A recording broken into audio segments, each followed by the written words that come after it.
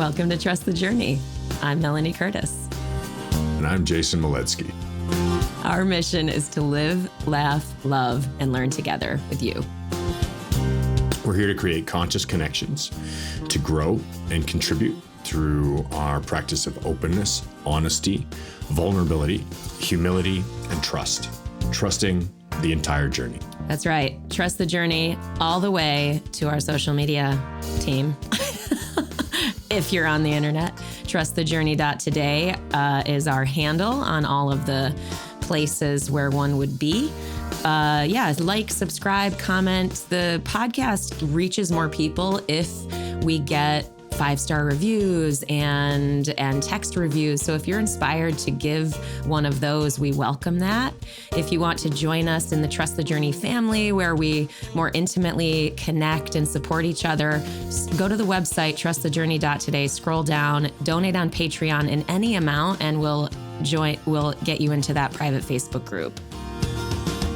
And thank you for supporting us by listening. We really do appreciate you, our audience. You are the other half of this whole equation, and you're our polarity. So thank you for being here and for all your comments and all your shares and all the replies back from you that we get about the episodes. It really does touch us, and it's such a huge value.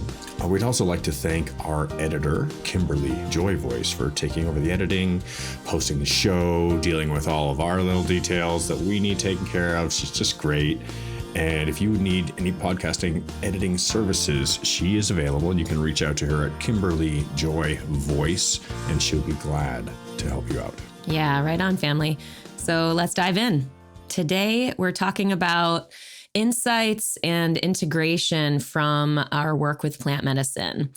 And not that we haven't talked about this before, obviously we have. We're wanting to come at it from the perspective of what are some key insights that we have taken from the work that we have done in that realm, and how has the integration looked? Because the integration is such a key and critical part of growth and healing. It's that notion of, if we don't change anything in our lives, nothing will change. We can have an insight, but if we don't implement it into changed action or changed behavior or changed thinking, then nothing is going to actually change in our lives.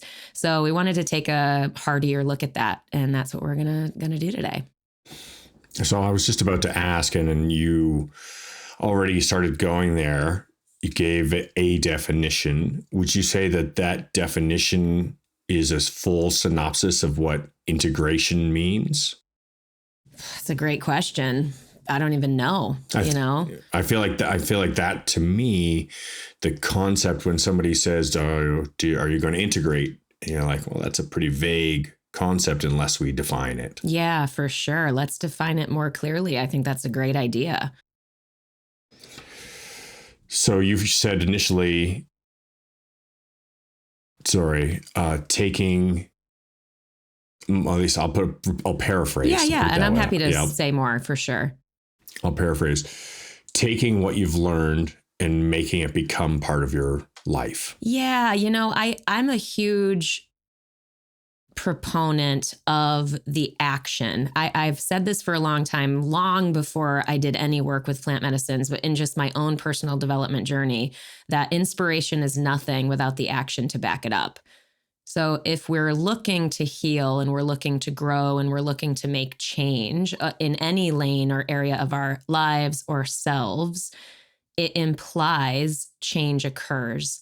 It implies there's some difference, some transformation. What is transformation? It implies that you are not the same as you were before. So the thing with getting an insight from a ceremony is that, yeah, you might feel changed for a month or whatever, but it's very easy for the old default mode network to come back in, the old mindsets to take over. It's not like just because we feel transformed in a ceremony that's going to necessarily stick without our putting effort into cultivating those mindsets that we capture, with some frequency. Like for me, for example, how I prepared for this episode, which is I didn't do anything, because part of my integration is every single major insight that I've ever gotten from my ceremonial work is in my face every day. So I see it with frequency. It's not that I engage it and read it every single day, but it's very readily available for me to look over and go, oh, yeah. Oh, okay. Slow down. Copy that. What does that look like today? And then I ask myself, what does that actually look like in action in my life now in this scenario that I'm maybe challenged with, or in just in general, because I want to be doing that and I'm committed to being that in my life. Yeah. Yeah, I completely hear you. The whole concept of integration, really, this thing where like, okay, I learned a lesson, or I've been, there's an insight. Really, I feel like there's a difference between truly learning a lesson and receiving an insight, right? Like the concept that, oh, okay, I have a different point of view. I'm able to see something from another perspective, but does that actually mean that I have changed any of my behavior patterns that are the ones that lead me down the roads that I want to stop going down? And it's a very different concept, right? The two things are not the same thing at all. I've very much seen in my own life a prime example. Like this is one that I know virtually anybody could relate to, which is why I'm going to use it. I can go on a diet, lose some weight, get a structure for myself where I'm like, I see the change that I want to see, and then immediately revert back to the eating habits that got me to a place that I wasn't happy with. And that pattern repeating itself, where we're like, our consciousness of the actions that led us there, we kind of like turn the numb meter up so that we're like, just don't pay attention to those things. And I'll just go back to these patterns that are not serving me, because I'd really just rather have the comfort of this cookie right now, you know? And so that is not fully integrating the value of why I went down that road in the first place. And oh man, the worst one was smoking cigarettes.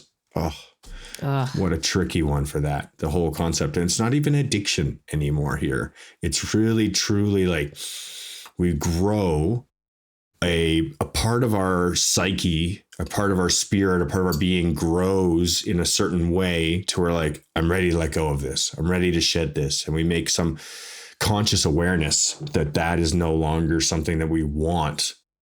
And then it's not quite developed enough. It's not quite grown enough to own that decision under every situation we might find ourselves in. When things get stressful, or when we're tired, or whatever the circumstance might be, the variables change, and that part of us isn't integrated or developed enough as part of our daily and whole being self, that we slip into our old behaviors again without awareness of it. And it sneaks in. Like it totally sneaks.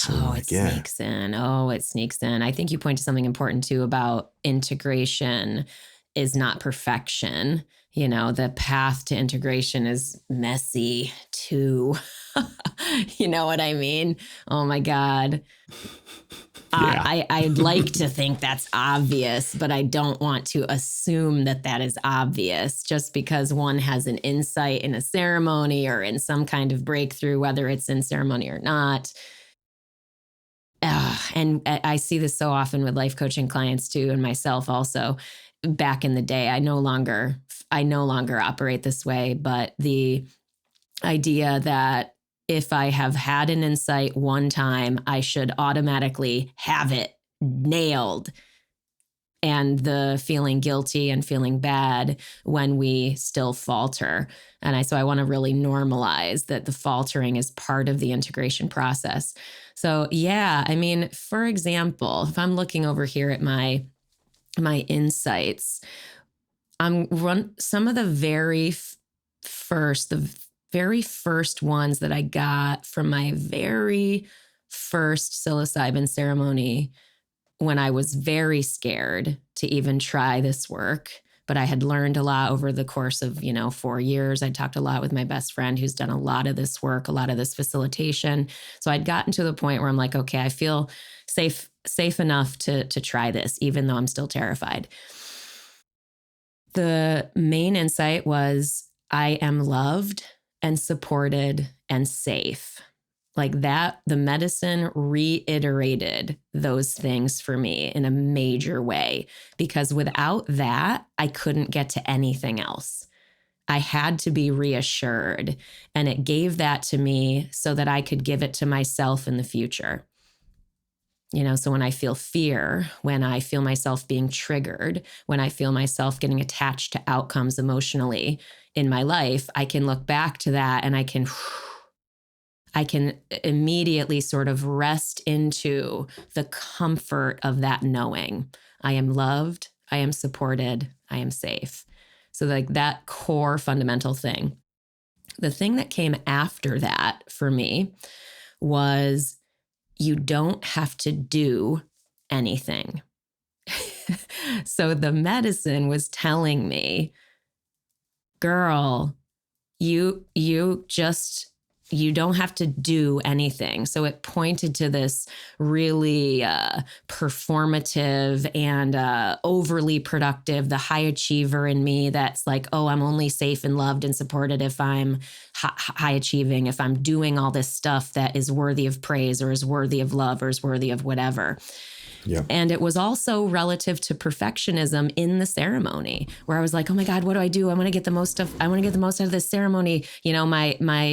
My stuff is coming up. Like, I want to get the most out of this. I want to do it right. The medicine's like, you don't have to do anything. So that goes back to being worthy and loved and supported and enough for just existing.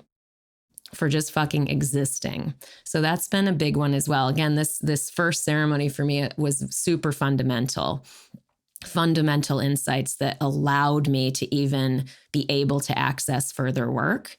The other thing that I got in the first ceremony was slow down, was that frenetic energy of like, I got to rush. I'm missing, I'm like that sort of frenetic energy that I was like, oh, I'm missing something, or I'm not, that type of tone. The medicine was like, a lot of just like,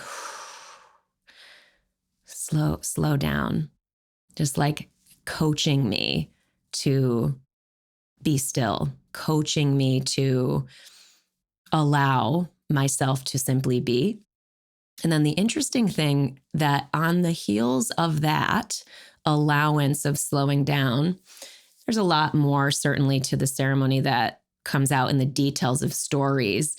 But I had a very notable experience. And I know other people have had this before. I didn't know this until after the fact, but I had a very notable experience of feeling like I was being born.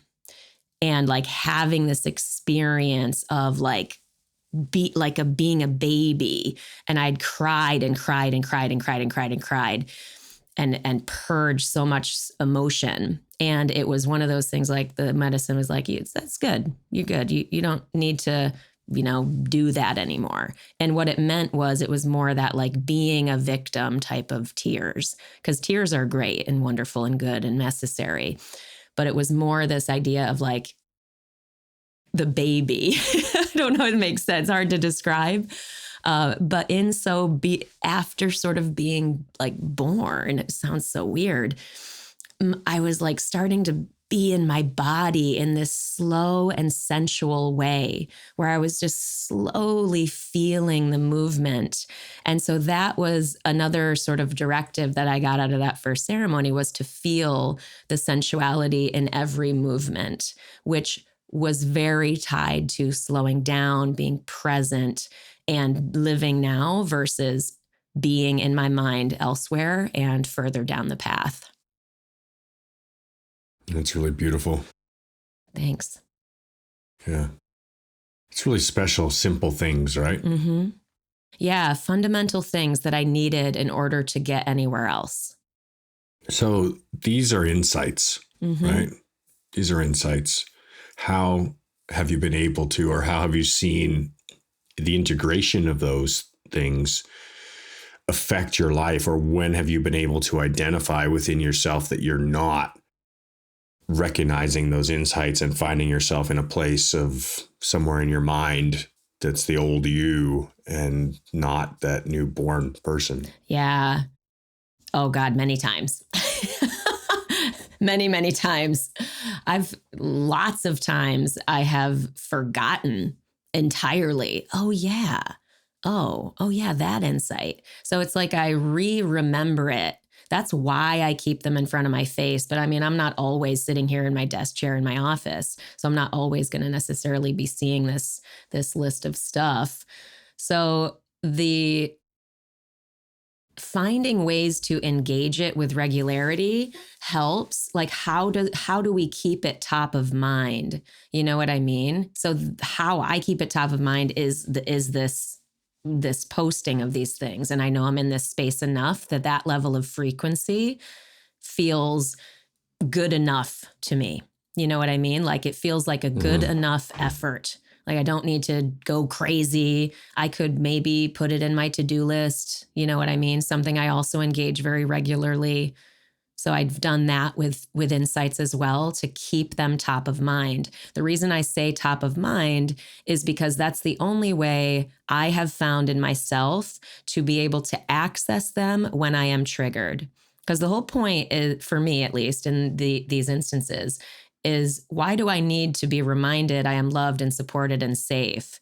It's for when I feel afraid in my life, for when I feel disconnected in my life, for when I feel those things, when I need to be able to access that reminder. So the question is, how will you be able to access your reminders as well? And that's usually the time when we are most challenged to be able to remember Correct. those things. If we're in a situation where we're feeling fear, we're feeling challenge, remembering that we are loved and we are held and we are cared for and we have nothing to fear is pretty difficult to do sometimes based on the upbringing that we've had and the emotional experience that our pattern has been throughout our lives. Correct. Yeah. We think we'll be able to access it most of the time far better than we actually can, which is why I say, where is it in your face all the time? How much are you engaging it? Because only with that sort of elevated level of engagement with the new insight, with the idea, the new thought, the effort to retrench that neural pathway, to continue to trench it, will we be able to easily access it when we are challenged. I was up on a rock the other day with some friends. We were out for a hike, and one of my friends is quite new to the space of hiking up steeper rock faces and, a little bit of exposure where you could fall.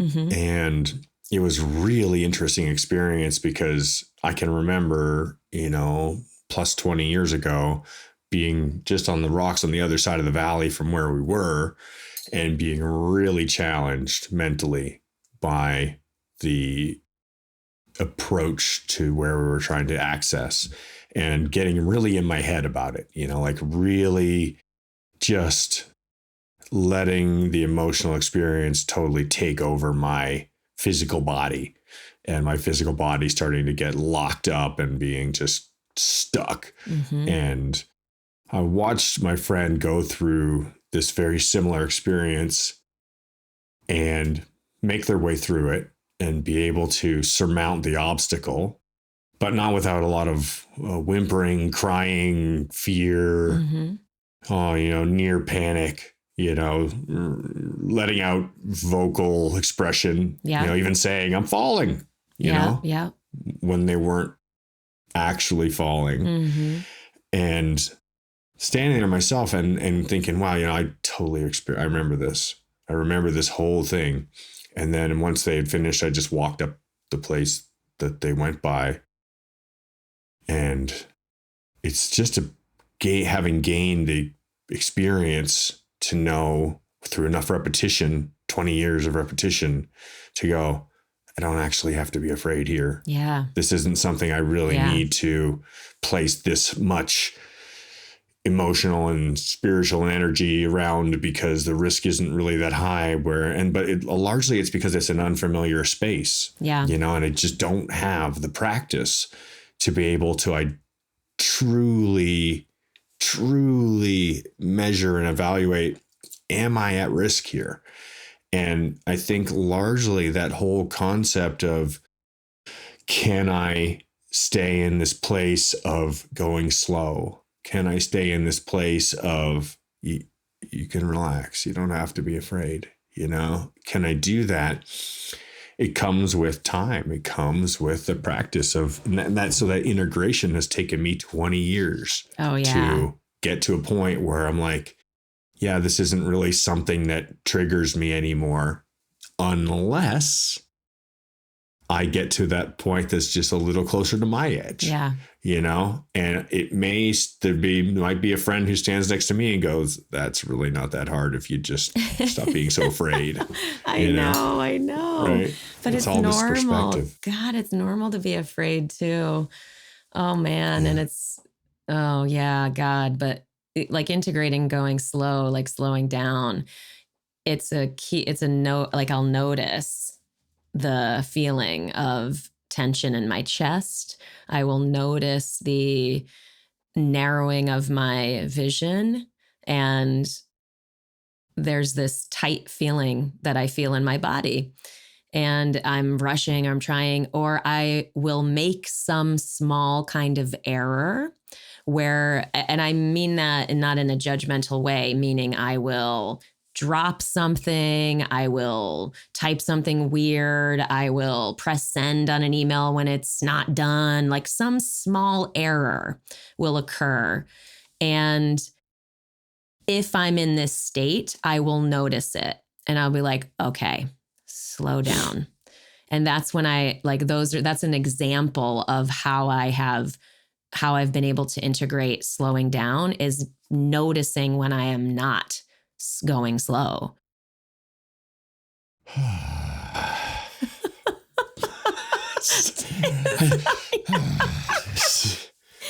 know. What? I'm not going slow enough? Come on. I know. Trying to go. No, I'm just whirling around like crazy. And we were talking about the universe before getting on this episode. We were talking about the universe being all like fucking comedian. I mean, I feel like that is so comical. I feel like I've seen that in lots of things. I mean, even in the realm of dating, for example, being like, this is a very common thought for people who are single. And I see this in my life coaching clients as well, where you want it to happen. Right. But that's certainly connected to an unhealed part of us that needs something that's not there yet. You know what I mean? And so the universe going like, you're not going to get anything until you like are really willing to slow down, and then you sort of have to see the comedy in that. At least, I mean, you don't have to, but I choose to. I think it's quite funny when the universe does that. And it's like, nope, not until you get this. Are you going to be rewarded? Are you going to earn? And it sounds kind of bad, but I mean it in a positive sense. Are you going to earn? Are you going to be freed from this thing that actually is holding you back from that thing that you want? It's our own concept and idea, right? Like we own our entire reality is just a construct of our concepts. Absolutely. What's something that sticks out for you from your work? Oh, that's so interesting. When I heard you start listing off yours, I was like, I don't have my insights all written down around me. I have tried to make them part of my everyday by affirming them vocally, outwardly to the world, by echoing them through the work that I do and the efforts that I choose to make in my life. And there is a value to continuing to re-uptake them through visual means. That's a really powerful thing. And that was funny is like I have like a little greeting card that I put up on my bathroom mirror just the other day because it had a saying on it that was inspirational in a way where it's something I need to continue to remind myself of. We all do that. We leave ourselves a little note. I've got one of those little cards around here somewhere that I just picked up the other day. It's right here. I'm going to read it because it's one of these and I absolutely love these. Thank you for shining your light. You are the only you there will ever be. You are magnificently exquisite and truly unique. You are beautiful and you are loved. And this is just a little card that somebody handed me at a gathering. Love that. Beautiful people. And myself and friends have handed these out, similar things to people, just little reminders. I put this reminder on my wall, and I first want to touch on that concept of like surrounding ourselves with reminders is a really powerful process. And I think there's other versions of that too. The whole story we hear when we were a kid about tie a string around your finger so you don't forget. Yep. I've been trying to embody that in a slightly more artistic way, and to just adorn myself with things that remind me. So this little ring right here is a ring done by an artist named Allison Gray. And it's her and her husband, Alex, her partner. Nice. Are both visionary artists. And so I wear this jewelry to remind me of the ether and the infinite and to keep me in touch with everything that's going on. And this little guy here, if anybody knows what that is, that's the all-seeing eye, and that's, again, another reminder that I've got on me on a right now, every single day basis to be like, hey, stay connected to this source, stay connected to the deeper understanding. And I've gone ahead and taken that another level. And if you know me, I've got ink all over my body, and that ink is specifically curated to keep me connected to my concepts that I have attained as far as insight through my experiences with plant medicines. So amazing. When I look in the mirror, I cannot escape that my chest is covered with a great big sign to remind me and to inform the world and to open the conversation to anybody who wants to open the conversation. And I would have to say that the number of times that people have spoken to me because of the art that I wear is in the hundreds or thousands of times. And it immediately invokes a space where we can now approach the topics. Yep. And there's a place for that. And so these visual reminders are in different ways, but they're there just the same. I love that. Yeah. I mean, I feel like that's a huge, powerful integration tactic. You know what I mean? If we're trying to impart some integration tactics, I would say that is a huge one, is how do we represent these things in our space such that they are in our lives and brains with frequency. So I'll go another step, and there's I'm going to kind of jump to like a bigger space. Do it. One of the insights that I've learned is all is one. All is one. There is only one thing, and everything is within it, and everything is a version of it. And that's me, and that's you, and that's everything that ever has been and everything that ever will be. It's all just one source. And that source is love. And the source is loving and nurturing and caring. And I've struggled because there's also the darkness. There's also this experience, which is, oh, that's scary, and that's hatred, and that's angry, and that's evil, and that's all fear. And so there's this polarity that exists in our existence that is both sides, and that there's this horrible, scary things that we experience. There's the Holocaust, and there's war, and there's all this stuff. And you're like, well, how can that also be part of the one that is all love? And that's been really complex and challenging for me to get a mental grasp on. Mm-hmm. And I think that's been my biggest challenge up until a little while ago, where I spent a lot of my life really tortured with the concepts that I've been taught as a young person and what I saw happening around me, and how those two things didn't make sense together. How could things be all loving and caring, and then there still be all these horrible things where people kill babies? I Yeah. don't get this. This Right. doesn't make any sense. And I've received some insights about polarity and about the nature of the universe and what exactly is happening here. And the whole concept of polarization, meaning that there's a black and a white, there's a positive and a negative, there's a equal and opposite of everything, is a well-known fact within our world of science and physics and emotions. There's love and there's fear. Mm-hmm. There's day and there's night. There's life and there's death. You know, it's just this core concept of being and not being. And so I try to represent this concept within my own self by bringing this white and black either ends of the spectrum, knowing that there's on one side there's dark and the other side there's light, and in between there's every single color in the rainbow and every variation that exists. And that's perfect. That's exactly the way that this is supposed to be. I struggled for so long with the concept of how can things be so confusing and so out of whack, and it's actually not. It's actually perfect. Everything is exactly perfect the way it's supposed to be, and it's only me that was struggling with accepting that. Yeah. And that the grand design includes all the things that I chose to deem as something related to fear. But fear. Yeah. Well, gosh, one of the stories that I shared, and this is more on the micro, but I think it points back to the macro. I think we access the macro through our micro experiences. And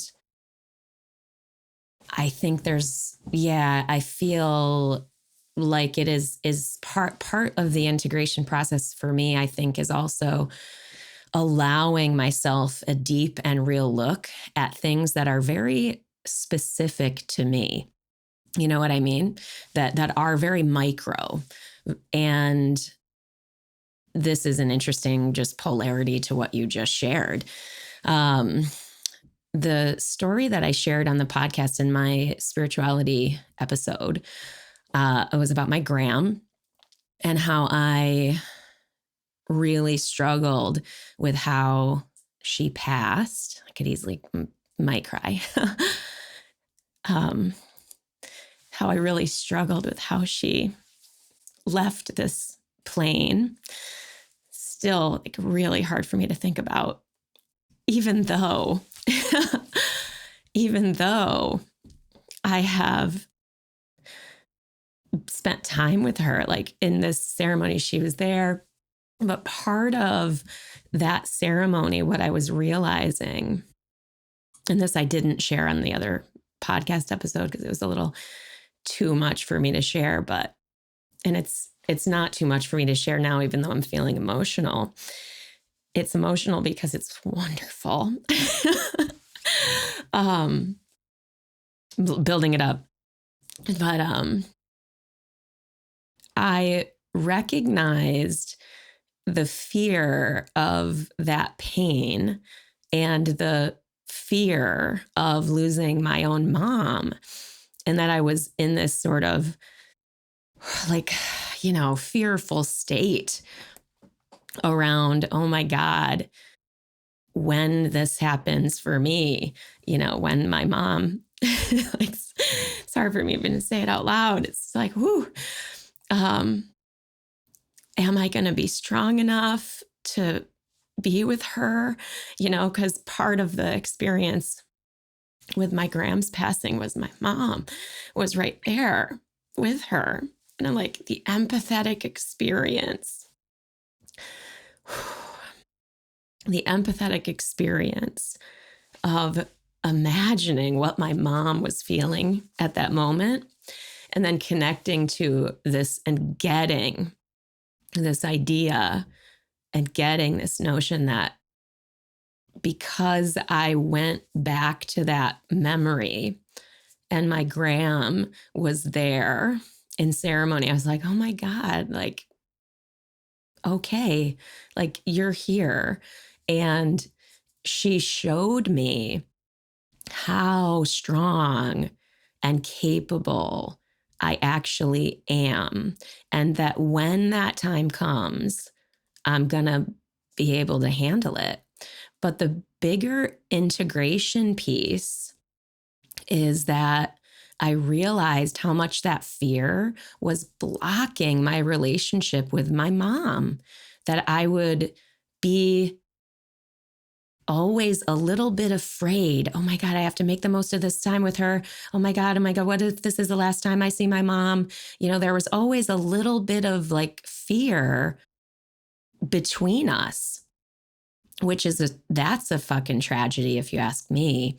And so to get that insight, that to almost go through the experience of losing my mom, of like seeing that and crying. Again, I've cried so many tears in ceremony. I can't even tell you.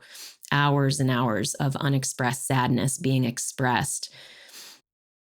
But yeah, to have that experience, to really get, I'm going to be okay and I'm going to be able to handle that and I'm going to be able to be there for her and be strong for her. It transformed my relationship with my mom.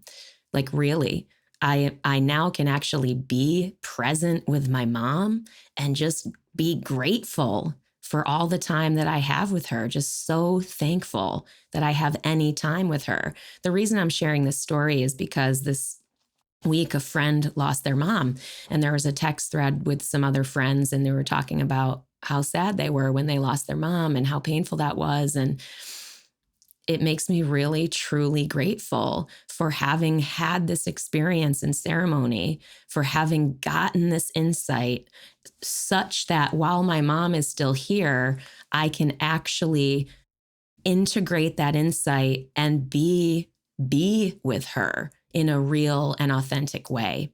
So that's a huge, huge, like powerful, specific example of what happens when fear is cleared out of the way and how and when love can actually lead.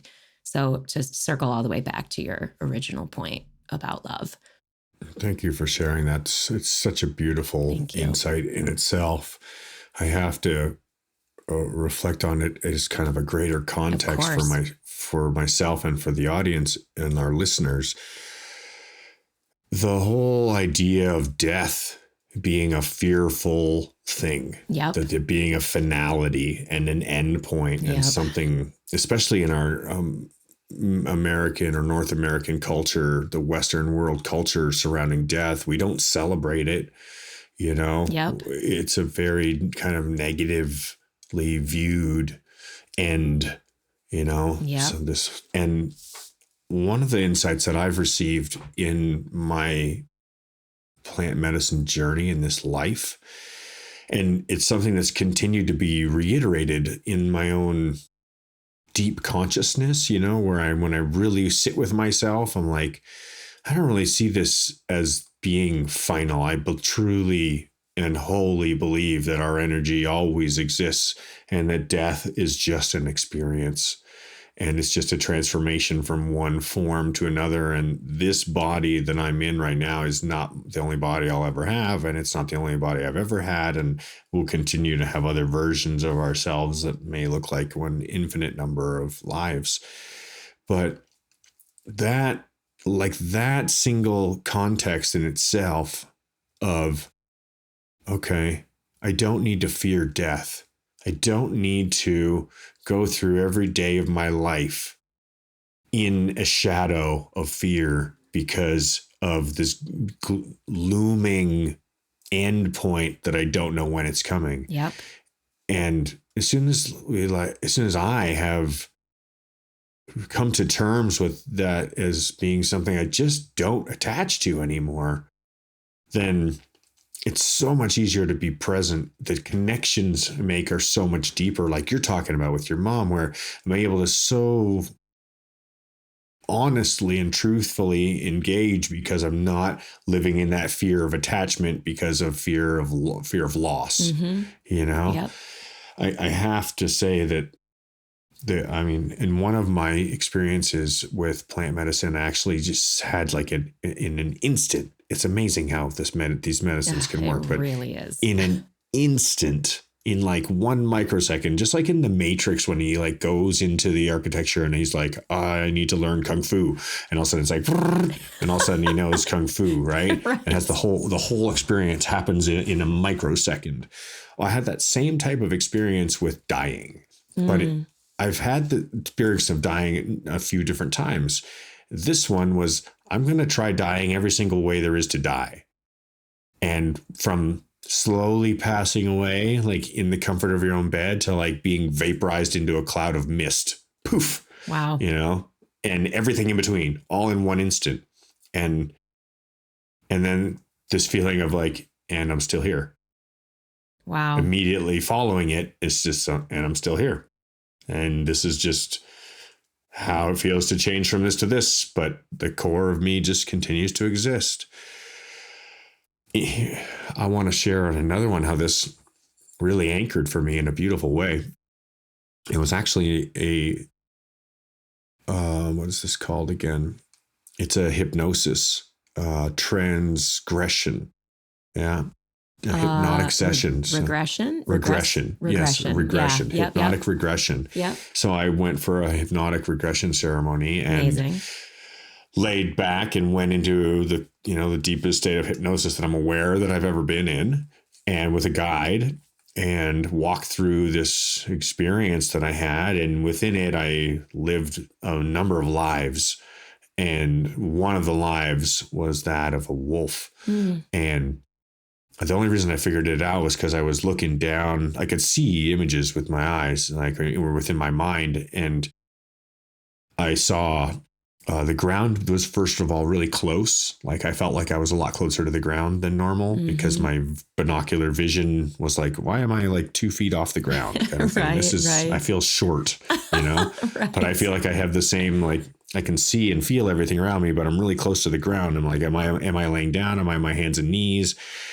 And then I saw my paws, and then I was like, oh, well, look at that. I'm a wolf. That's so cool. Yeah. And I had this, again, a compressed life experience that included all kinds of different aspects of a full life, with a pack and with bitches and the pups and the whole journey. And it ended in my own passing and witnessing my own death and experiencing my own death as a beautiful, restful, just laying down in snow and tired and think I'm going to go to sleep now. Wow. And I feel tired. I'm going to go to sleep.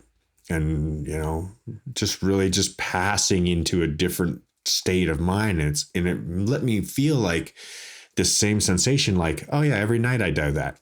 I die every night. Every night I lay down and I let go of everything that is. And I let go of this attachment that I have to this version of reality and this consciousness that I deem as me. And I completely hand over the control that I think I have. And this is going to bring me back around to another one of my key insights that I wanted to share. You touched on, I am loved and I'm held. And I have a couple right at the top of my list. And if you've listened to the show at all, you've heard me say it's my 2 values are love and gratitude. And those 2 pieces have been given to me as insights through my plant medicine experiences. And they have taught me that I am love and I am gratitude. And I am also suspended in those, as in everything around me is also love and gratitude. And all I have to do is remember those things and relax and just breathe. I've been through experiences that were so intense that the only way that I was going to get through it is to relax and just breathe. Yeah. If I did anything else, I'm going to so quickly attach to fear. And so much, I'll just fight, fight everything, and this whole concept of relax, just breathe, and we have you. This whole thing is for you. This whole thing Yeah. is for you. This whole consciousness experience is for you. And that we have you is literally like, we're actually doing this all for you. Like we literally, you're not even choosing to breathe right now. The breathing was happening for you. Like when I go to sleep at night or when I'm busy doing something else, I don't think about breathing. Breathing just happens. Cell reproduction just happens. Yeah. You know, my body exchanging oxygen to turn it into the platelets in my blood and to do all the things that need to happen. This is all just happening. I'm not doing this. I'm Yeah. not in charge. Something of a greater power has me and is holding me and is doing all the things that need doing. And all I got to do is just relax and just breathe. And we got you. Yeah. I think you point to something very important as it relates to integration as well, is that from the life coaching perspective, and I keep bringing that up because this is where I have a lot of practice and integration work for myself, working with my own coaches and people, and also working with other people as they work to integrate their own stuff.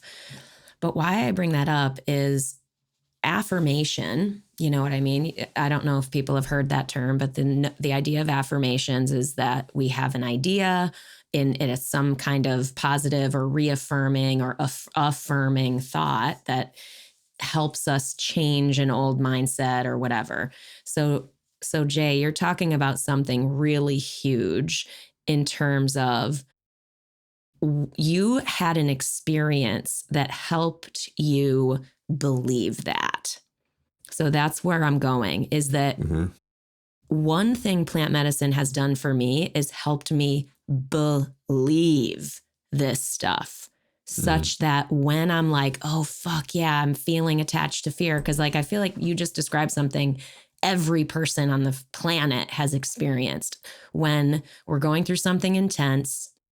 And if I don't relax, I will immediately attach to fear and completely tense up and whatever comes with when we do that, which is usually not great stuff. I mean, we've all had that experience a million times.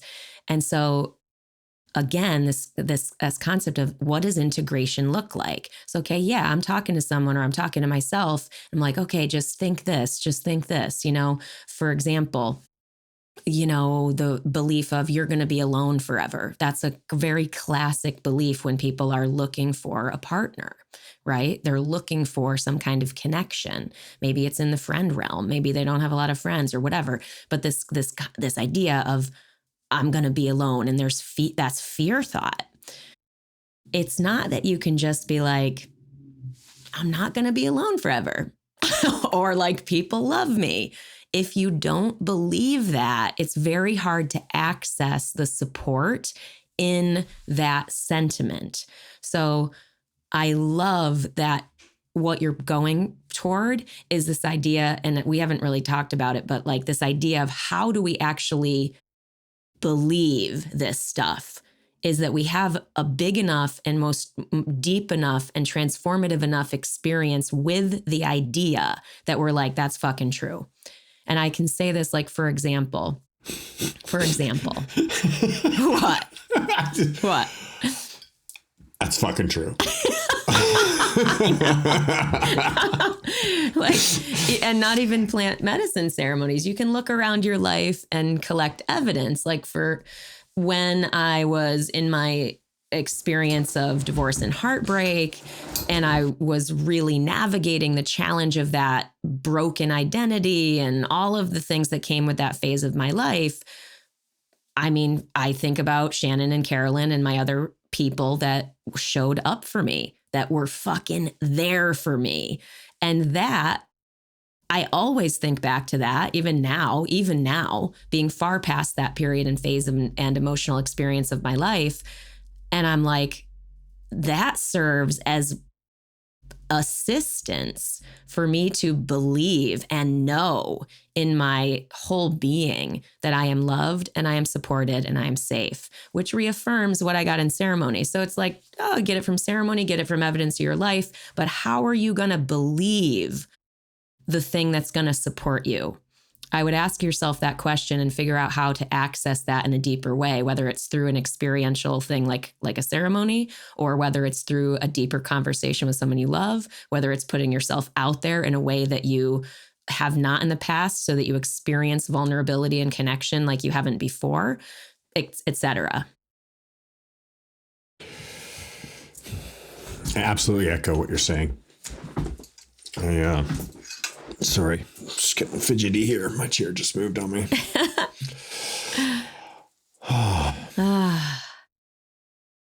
One of the insights that I've received is everything is perfect. Yep.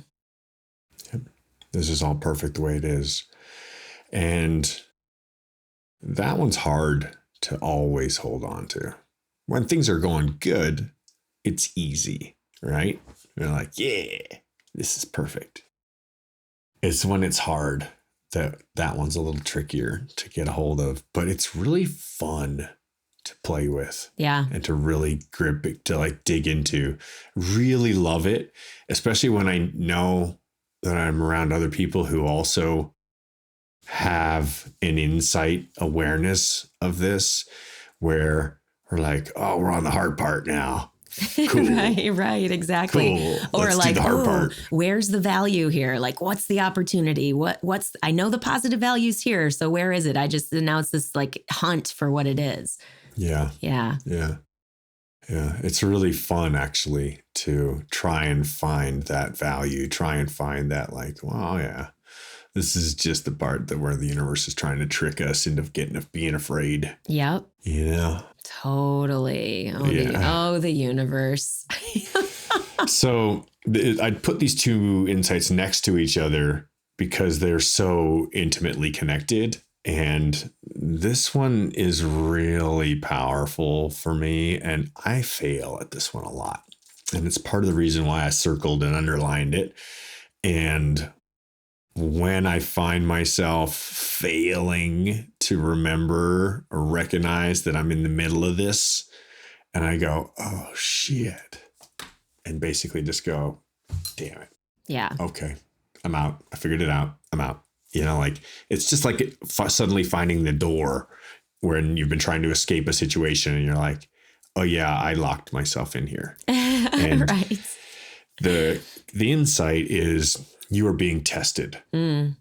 This is all just a test. This is all an opportunity to grow and level up and recognize that you're just by recognizing that we're being challenged, that there's a test it's like all of a sudden you're like, oh, wait a second. I was just sat down to do a test here, and at any time I can step away from it and go back to my life, and no longer be lost in whatever the challenge is. It's been so powerful. And man, I mean, I have struggled with this, especially when it comes to forgetting it. It's just a complete forget, like completely forget. And as soon as I remind myself or remember again, I'm like, you're being tested. You're like, oh yeah. Suddenly all the lights are on, Oh my God. Well, speaking to something that I am integrating now that is not necessarily going that well.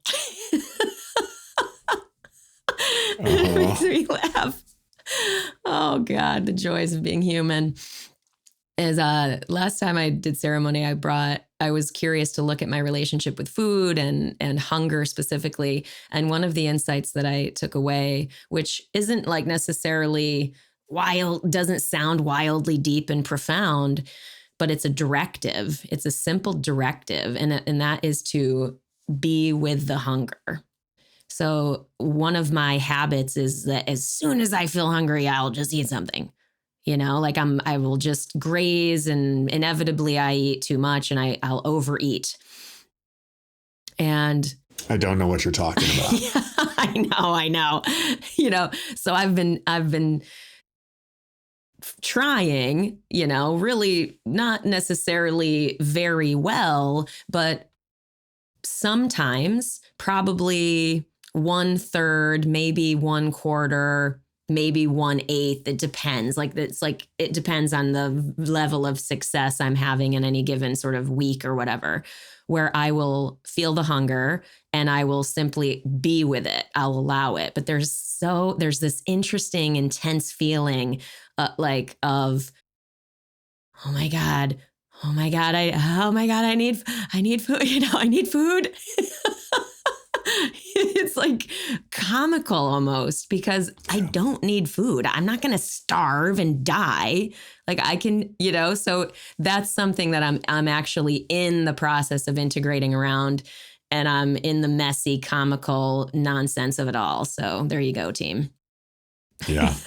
That one gets all of us. I've had that experience numerous times myself. I've watched friends and, I got to eat something right now and get into the panic mode. And all of a sudden, like, if I don't eat something, my blood sugar is going to crash. And you're like, you could just not eat for the whole day and you would be fine. It could actually not eat for a few days and you'll be fine. Right. Nothing's going to happen. It's fine. It's not going to change much, really. It's amazing how powerful the programming is. The body and our trained response. I think that's a big thing of it is like, there's a scientific term for that, just slipped my mind, where if you, a patterned response. Yeah. So if you teach a rat a trick, by always doing the same thing, you give them this challenge and you give them this reward, you give them this challenge, you give them this reward, a monkey, a rat, whatever, then they'll grow furious and get really upset if they don't receive that reward in the pattern, and this is a similar thing with our own pattern behaviors, and eating being one of those at the very top of the list. I feel this trigger for hunger and I satiate, and I that's it. And if I don't, then there's some other part of me that gets really, emotionally responsive to this. And I'm like, whoa. So I'm going to touch on one of them that glows for me brightly. Go, please. So, self-awareness. And this whole relax and just breathe idea. It's hilarious. I laugh at like, oh my gosh, it's so simple sometimes and I make it so complicated. Relax and just breathe. I keep laughing. I'm like, oh, Jesus. I know, it's so, we make it just so complicated, Right. Relax and just breathe. I could just sit here and just breathe and just be observant of myself. What's that called? What's that practice? When you just sit there and you just breathe and you just observe your own thoughts?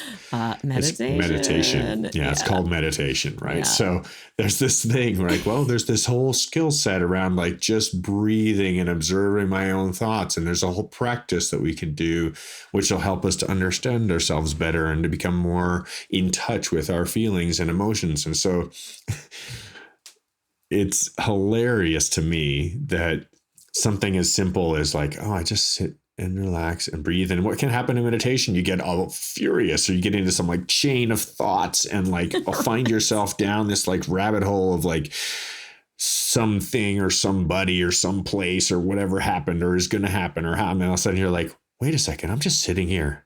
Yeah. I'm actually just sitting here on a chair or on a pillow or on my bed. And none of this is actually going on. And actually, I'm actually just in my room. And then I go, whoa. I mean, a second ago in my head, I was embattled with somebody. I was like furious at somebody for what they had said to me. And I'm actually, then I look around and I'm like, I'm just alone in my room meditating. Shit. Oh, so God, true. So true. Oh, yeah. Meditation definitely for me is part of the integrative skill set of dissolving into what is and connecting and recognizing that there is no difference between me and everything else. And Sam Harris's meditation is the best for me relative to helping me get there. I use this stuff a lot too. And I love a lot of the other teachers that he has on his program. The whole everything is perfect and this whole relax and just breathe meditation concept where I'm like, if I can suddenly have this, I'm lost in my own thoughts, having a ego battle with somebody. And then I back out and realize I'm just meditating. And I go, wait a second, everything is just perfect. And I can start to burn in this new pattern behavior. And I start to burn in this concept. This is the key to integration to me, is I go, when I get triggered by something I've read because in a message or in an email or in the news, or I encountered some situation in my life, or I have a personal interaction with somebody and I go, am I going to get triggered? And I go, wait a second, I just relax and just breathe. I can become aware that I'm reacting and rather than observing and just being detached from what's occurring. And that to me is the biggest takeaway. Like, my whole life has improved so much because I'm actually integrating this skill set of relax, just breathe, become self-aware, remember that everything's perfect, you're being held, all this is just love. And it's just loop after loop after loop. Yeah. And there's these true physical behaviors that we can use to help anchor those in. So that deep breath in through the nose, exhale through the mouth, repeating that process. Those, to me, the whole concept of integration has to include physical reminders, whether you've got them written on your wall, you wear them in your hands, put them on your skin, make them part of how you act or how you sit, even your posture. Like, all these things are just keep anchoring it back home for ourselves. Yeah.